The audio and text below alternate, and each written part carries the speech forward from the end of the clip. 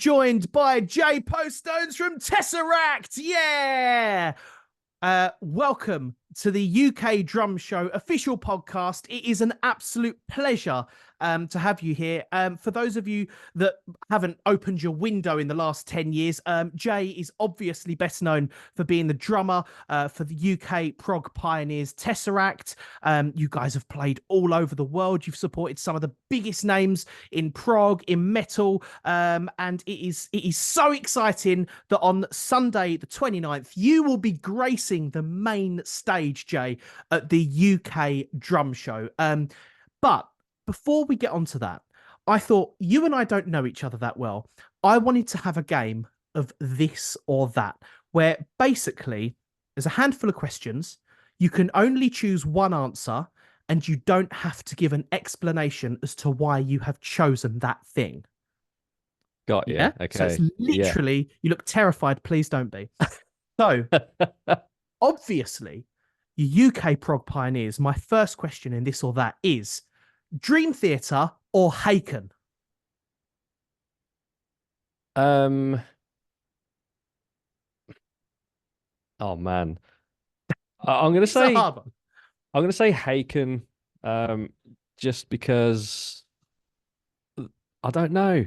Their drummer looks like me, and we get confused quite often. That's a brilliant reason, right? He's great. Okay, that's fine. That's fine.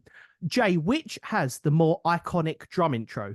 Superstition by Stevie Wonder or Aerosmith's Walk This Way? I'm trying to think how the intros go to either of those songs. No. Don't worry. Just choose your favorite band, basically. Let's say Superstition. Okay, great track. Okay. Download or Bloodstock? Oh, you can't give me that one. I just have an account.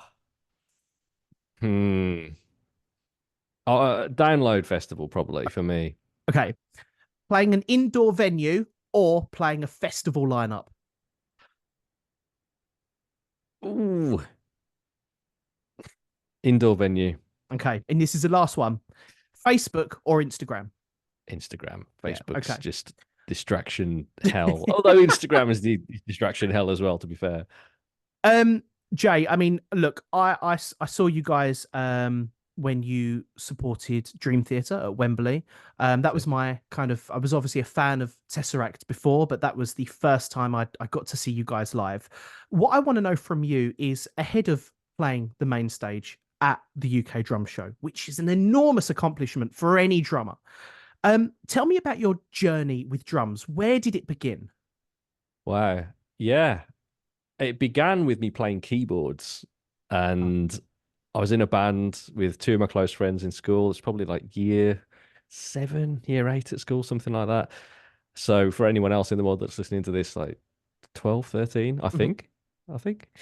And I was playing keyboards. Guys in the band were like, we don't need a keyboard player. Do you want to just play the drums instead? And wow, there was a drum kit in the room. So I just got on the kit and could kind of play. I'd got enough coordination, I guess, from trying to do two hands at the same time on the keyboard, and enough of that translated over to the drums. So that was it, really. It was just the really, really easy decision at that point. I'm like, this is a much better instrument than the keyboard. I can go absolutely ham on this thing. And the teachers all heard me play the drums. Then there was a school concert. My parents heard me play the drums, and my grandparents heard me play the drums. And then they got me a drum kit for that Christmas. So I'm like, yep, he's definitely a drummer. And I was really lucky because all the way through school, I got really encouraged as like the drummer for anything that was going on at the school.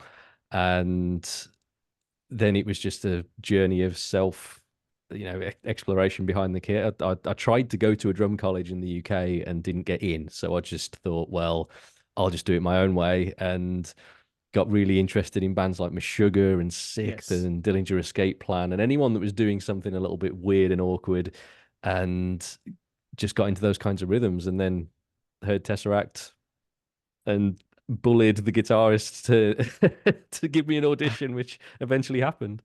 That's incredible. I mean, there must be a natural ability for you, because most kids, I get the impression, and obviously being involved in this world, they kind of pick up the sticks maybe when they're kind of either toddlers or very, very young. So you kind of approaching the drums at 11, 12, 13, that it kind of seems quite late considering how amazing you are. It must have felt quite natural straight away.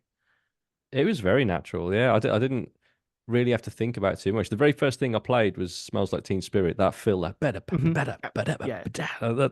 That was just I could just do that it. was it. It wasn't something that was tricky. And I think that the more that I talk to students about this, it becomes a little more obvious that some people just have an ability to lock in with timing or groove or Hmm. whatever it is. Some Hmm. people that comes much more naturally to. In the same way, some people are just musically that toggle is on, that switch is on for Hmm. them, and other Hmm. people are athletic or whatever. So yeah, it's never been a struggle. It's just been there are new patterns that I can find that I can't play yet, but I know how to unlock the ability to play them, and I can kind of hear numbers and things, and it's Okay. never it's never been too difficult, Which is helpful in a band like Tesseract when you guys are which is in and out of helpful. time signatures like all the time. Um, 100%.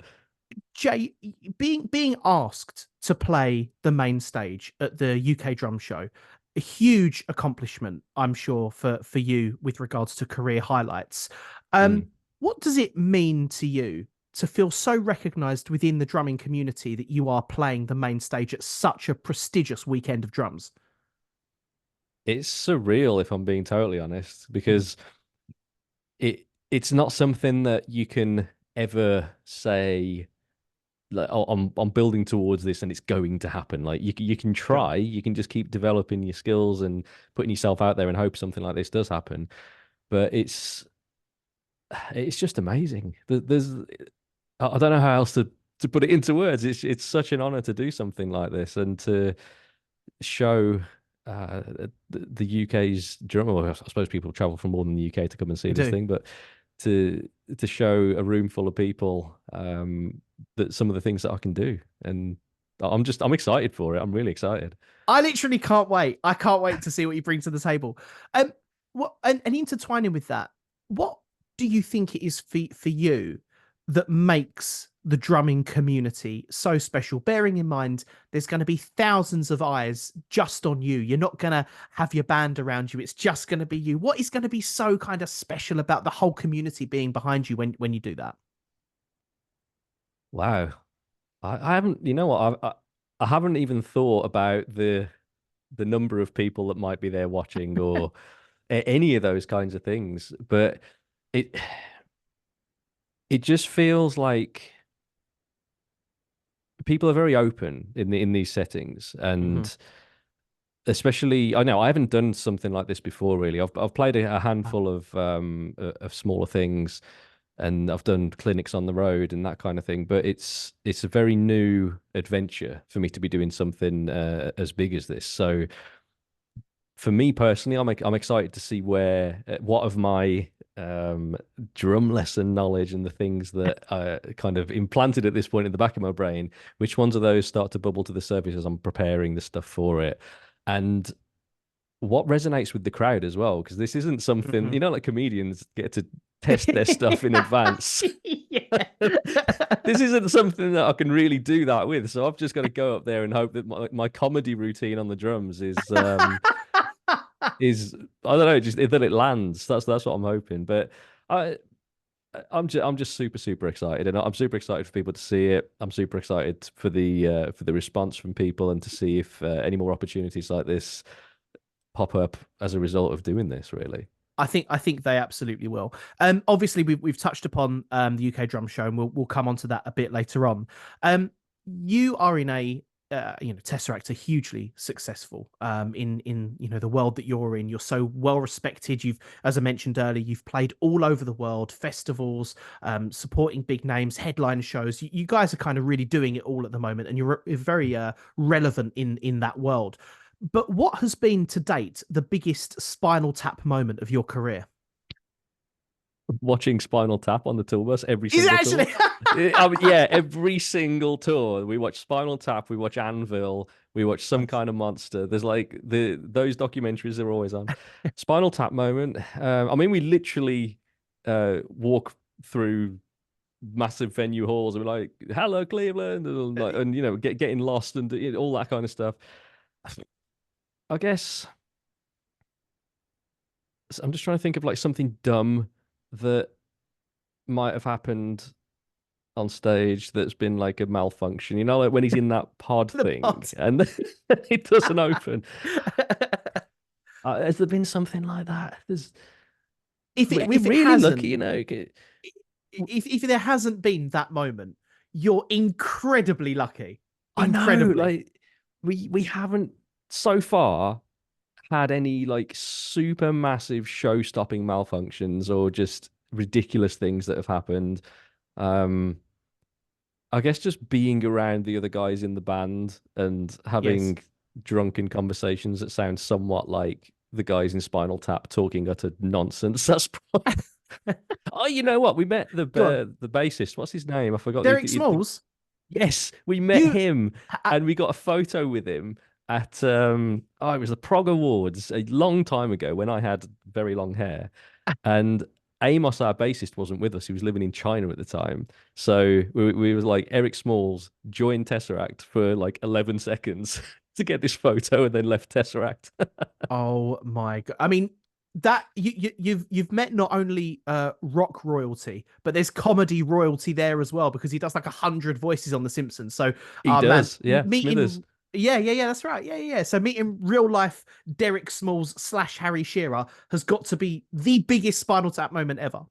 That's incredible, man. I'm asking all the drummers on this podcast this question because it Mm. always delivers quite an interesting answer.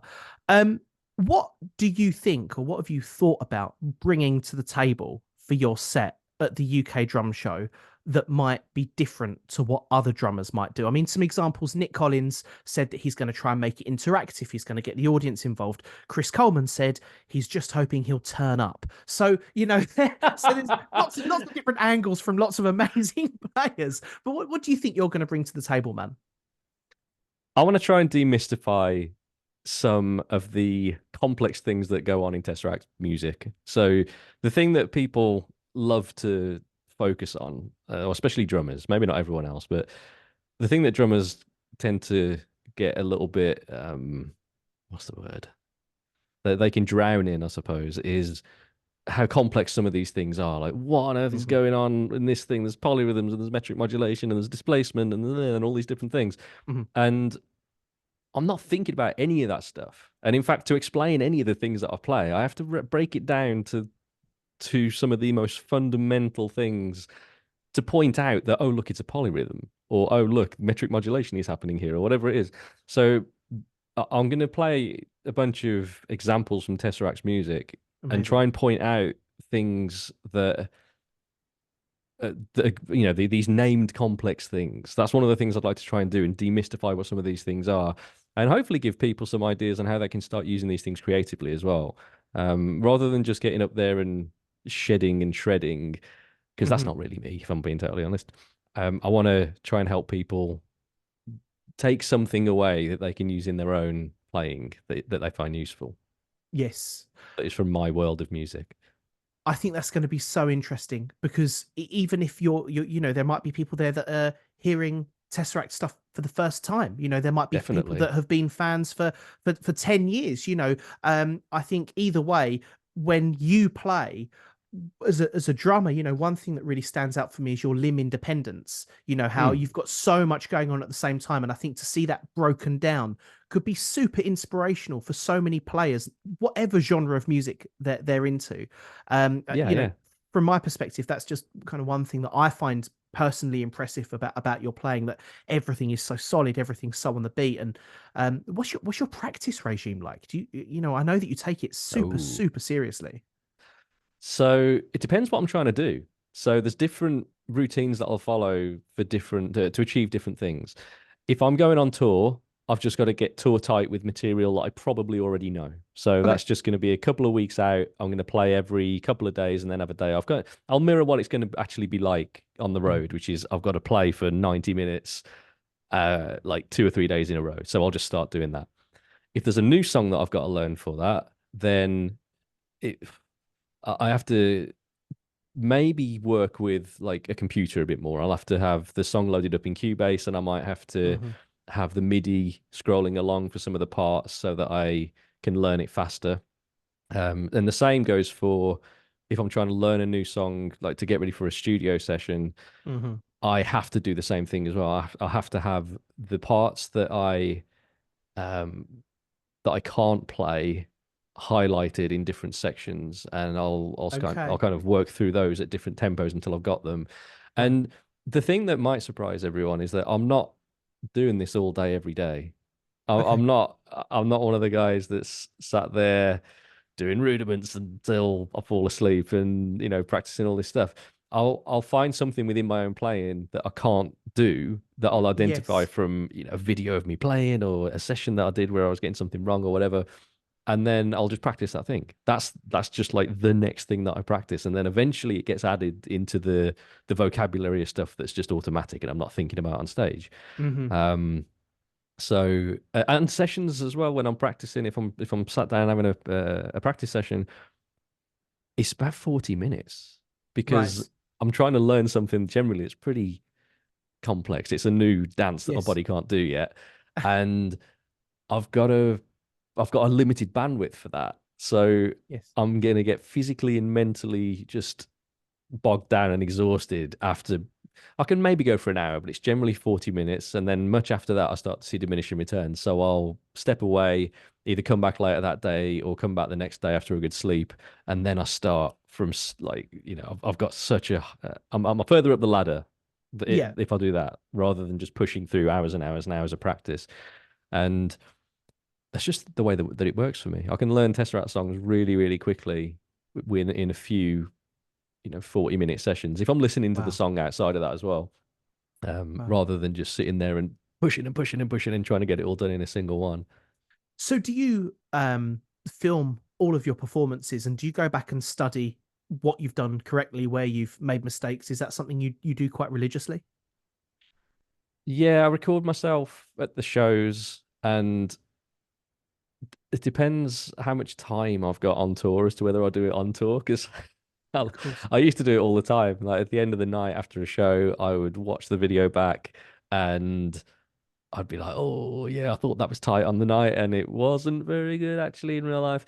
But what actually helps me more is hearing a performance to the metronome, because what happens when you take the metronome out, and especially within the context of a venue when you've got all natural reverbs happening all over the place, is Yes. that a little time shift on the drums of a few BPM either way around a fill or Hmm. a groove or whatever, it's really not very noticeable. Like drummers in the audience probably aren't even noticing, and I know that's true because I've made considerable mistakes sometimes. Just a Just call complete it jazz. blunder Just call of it jazz. jazz. Yeah, yeah, totally.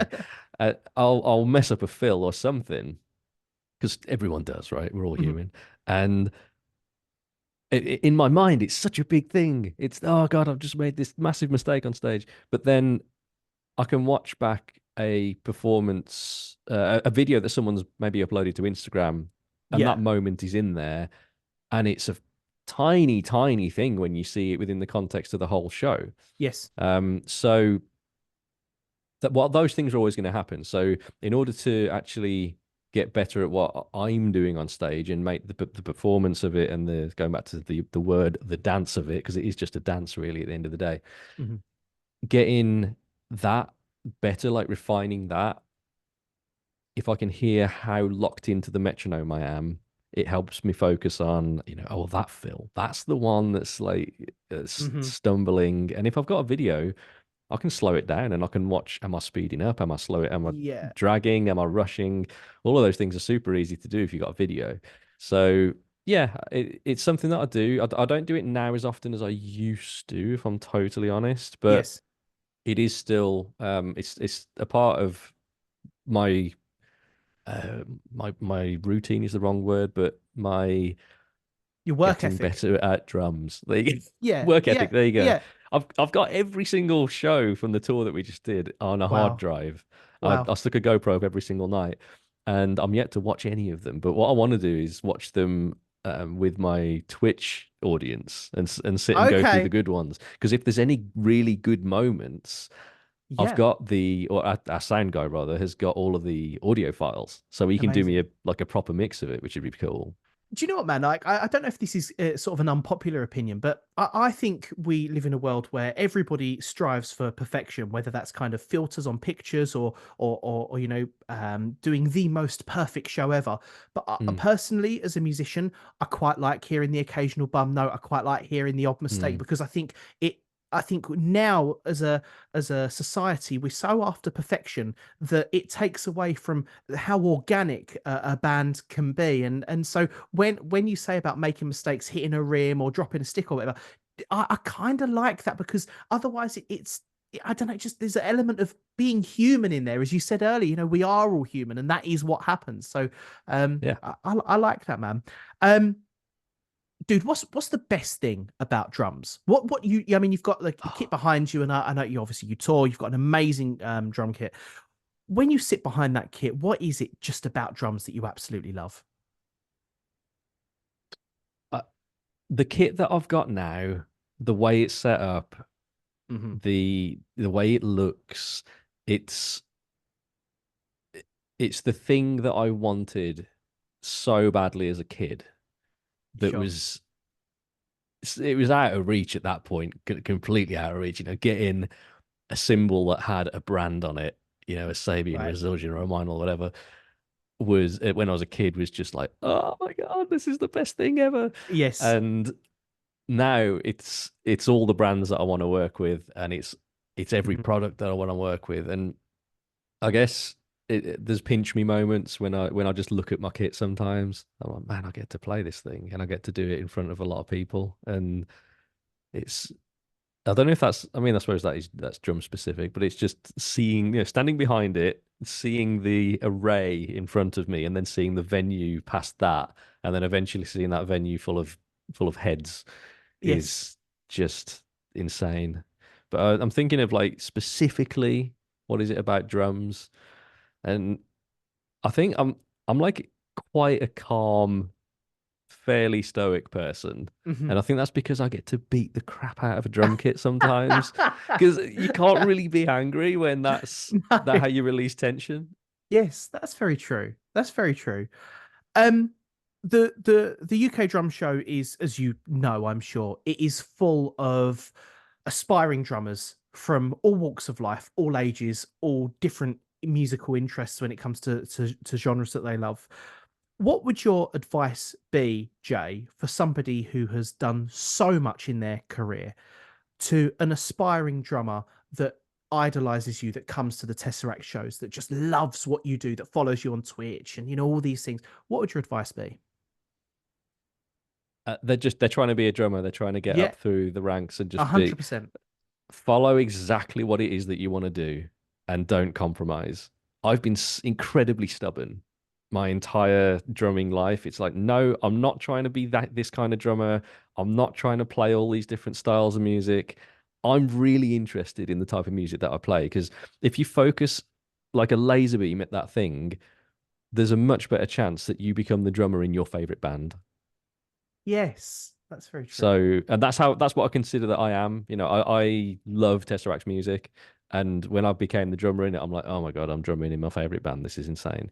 And with each new riff, with each new demo that comes through, I still feel like that. It's like I get to play this. This is so good.